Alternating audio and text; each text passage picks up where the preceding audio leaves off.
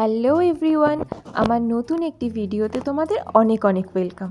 আর যেদিনের ভিডিওটা শেয়ার করছি সেদিন ছিল বৃহস্পতিবার, আর সময় এখন ওই 10:30টার মতো। আর আজকে আমরা কোথায় যাচ্ছি সেটা তো আমার টাইটেল আর থাম্বনেল দেখে তোমরা বুঝেই গিয়েছো। তো আমরা যাচ্ছি ফ্রান্সের ক্যাপিটাল প্যারিসে। আর আমাদের স্লটারডাইক থেকে বাস ছিল রাত 11:30টায়, আর আমরা সময় মতো সেখানে পৌঁছেও গিয়েছিলাম। আর এই বাসটাও ছিল ডাবল ডেকার, নিচে ছিল লাগেজ রাখার জায়গা আর ওপরে ছিল বসার জায়গা। আর বাসে ওয়াশরুমেরও ব্যবস্থা ছিল, আর তার সাথে সাথে সিটগুলো ভীষণ কমফোর্টেবল ছিল। পুশব্যাক ছিল, ফুটরেস্ট ছিল, ম্যাগাজিন হোল্ডার ছিল, আর তার সাথে সাথে লেগ স্পেসটাও বেশ অনেকটাই ছিল। আর এখন বাসের ভেতরের টেম্পারেচার এই 21°C মতো। আর এখন সময় হয়েছে রাত 11:30। তো বাসটা আমাদের সময় মতো ছেড়েও দিয়েছে। আর এখানকার রাস্তাঘাটগুলো এতটাই ভালো যে বাসে করে জার্নি করতেও কোনো অসুবিধে হয় না। আর যেহেতু আমাদের রাতে বাস ছিল, তো সেজন্য তো মনে হচ্ছিল এই বাসে উঠলাম আর নেমে পড়লাম। তো সকাল 6টায় আমরা প্যারিস পৌঁছেও গেছি। আর এখানে পৌঁছানোর পর প্রথমেই আমরা ঘোরার জন্য ট্রাভেল পাসটা নিয়ে নেব। আর এই ট্রাভেল পাসগুলো এখানে যে কোনো ট্রেন, মেট্রো স্টেশনেই পাওয়া যায়। আর আমাদের এই ট্রিপটা ছিল 3 নাইট 4 ডেজ। তো আমরা 4 দিনের জন্যই ট্রাভেল পাস নিয়ে নিয়েছিলাম। আর এক একজনের ট্রাভেল পাস পড়েছিল 54 ইউরো করে। আমাদের ট্রাভেল পাস নেওয়াও হয়ে গেছে। আর এই মেট্রো স্টেশনের খুব কাছেই আছে এই নট্রডাম ক্যাথিড্রাল। আর এটা এখন ভেতরে কাজ চলছে, ভেতরে ঢোকা যায় না। তাই ভাবলাম হোটেলে যাওয়ার আগে একবার এইটা ঘুরেই তারপর হোটেলে যাই। যেহেতু এটার ভেতরে ঢোকা যাবে না, বাইরে থেকেই দেখতে হবে, তাই সকাল সকাল ফাঁকাই ফাঁকাই এটা ভালো করে দেখে নেওয়া গেল। আর এর কাছেই ছিল এই প্যান্থিয়ন। আর এটাও এখন এই অলিম্পিকের জন্য ভেতরে এন্ট্রিটা বন্ধ রয়েছে, এটারও ভেতরে ঢোকা যাবে না। আর যেহেতু নট্রডামের কাছেই ছিল এই প্যান্থিয়ন, তাই এই দুটো দেখেই তারপর আমরা হোটেলে যাব।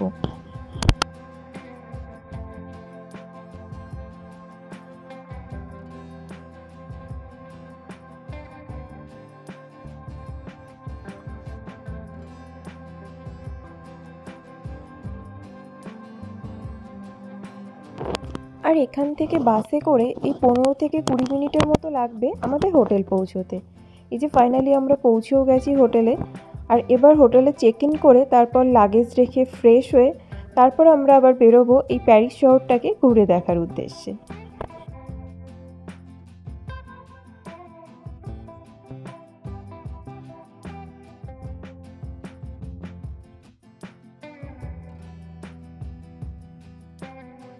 তো আমরা হোটেলে লাগেজ রেখে ফ্রেশ হয়ে আর ব্রেকফাস্ট করে আবার বেরিয়ে পড়েছি ঘোরার জন্য। আর আজকে আমরা আইফেল টাওয়ার আর তার আশেপাশে জায়গাগুলোই ঘুরে ঘুরে দেখব। তো আমাদের হোটেল থেকে আইফেল টাওয়ার যেতে সময় লাগবে এই 15 মিনিটের মতো। আর প্রথমে কিছুটা বাসে যেতে হবে আর তারপর কিছুটা হেঁটে যেতে হবে। আর আজকে এখানে ওয়েদারটাও খুব একটা ভালো না, বৃষ্টি হচ্ছে না ঠিকই, কিন্তু মেঘলা, মাঝে মাঝে রোদ উঠছে। আর আমি তো ভাবছিলাম যখন আমরা আইফেল টাওয়ারের ওপরে উঠব তখন কেমন ওয়েদার থাকবে কি জানি। যদি মেঘলা থাকে তাহলে তো একদমই ভালো দেখা যাবে না। তো দেখা যাক এখন কি হয়।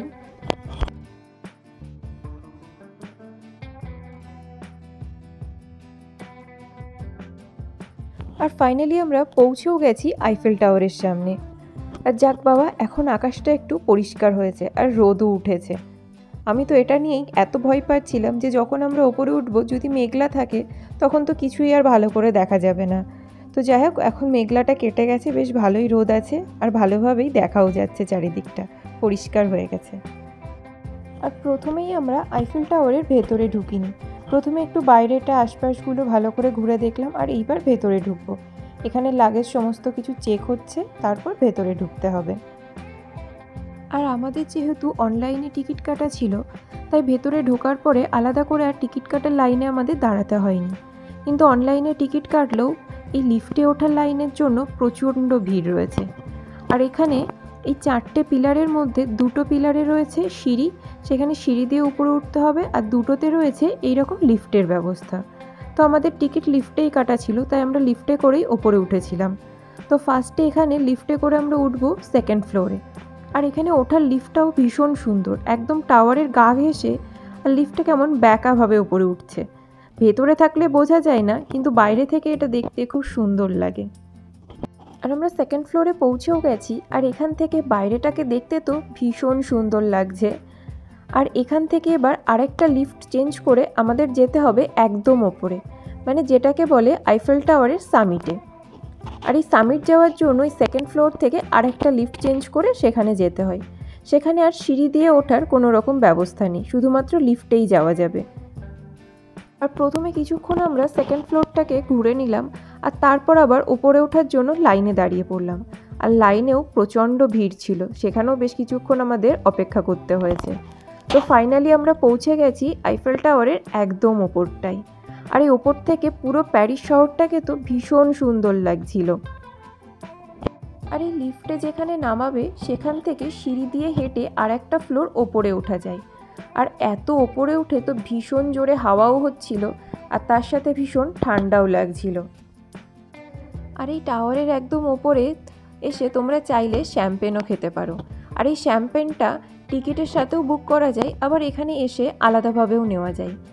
আমরা টিকিটের সাথেই বুক করেছিলাম, আর টিকিটের সাথে বুক করলে এই প্রাইসটা একটু কম পড়ে, আলাদা করে নিতে হলে প্রাইসটা অনেক বেশিই হয়ে যায়।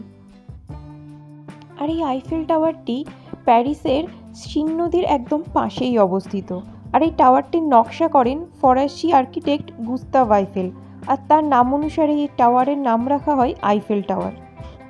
আর এই টাওয়ারটির উচ্চতা প্রায় 330 মিটার, যা একটি 41 তলা বাড়ির সমান। আর এই টাওয়ারে টোটাল 3টি ফ্লোর রয়েছে। আর থার্ড ফ্লোর থেকে তো পুরো প্যারিস শহরের প্যানোরামিক ভিউ দেখা যায়, যা দেখতে তো ভারী সুন্দর লাগছে।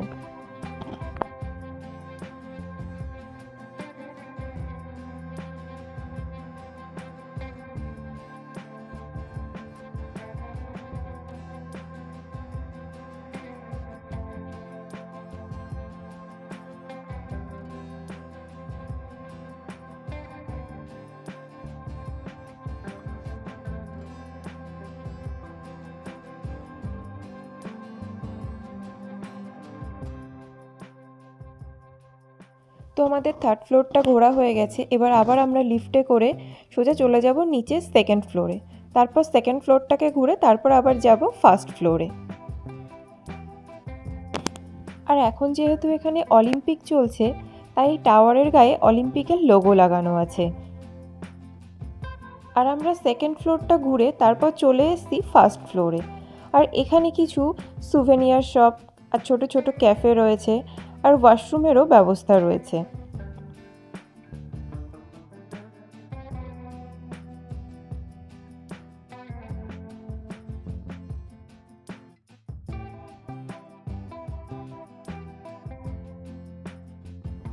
আর আইফেল টাওয়ারটা ঘুরে আর ভালো ভালো কিছু ফটো তুলে নিয়ে তারপর আমরা সেখান থেকে বাইরে চলে এসেছি।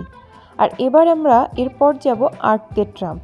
আর সেটা যাওয়ার জন্য প্রথমে আইফেল টাওয়ারের এখান থেকেই ট্রেন নিতে হবে, তারপর ট্রেনে করে যেতে হবে আর্ক দে ট্রাম্পের কাছে। আর এই আর্ক দে ট্রাম্প প্যারিসের একটি অন্যতম বিখ্যাত স্মৃতিস্তম্ভ, যা ফ্রান্সের সামরিক সাফল্য ও বীরদের স্মরণে তৈরি করা হয়েছিল। আর এই আর্ক দে ট্রাম্পের কাজ শুরু হয় 1806 সালে আর শেষ হয়েছিল 1836 সালে।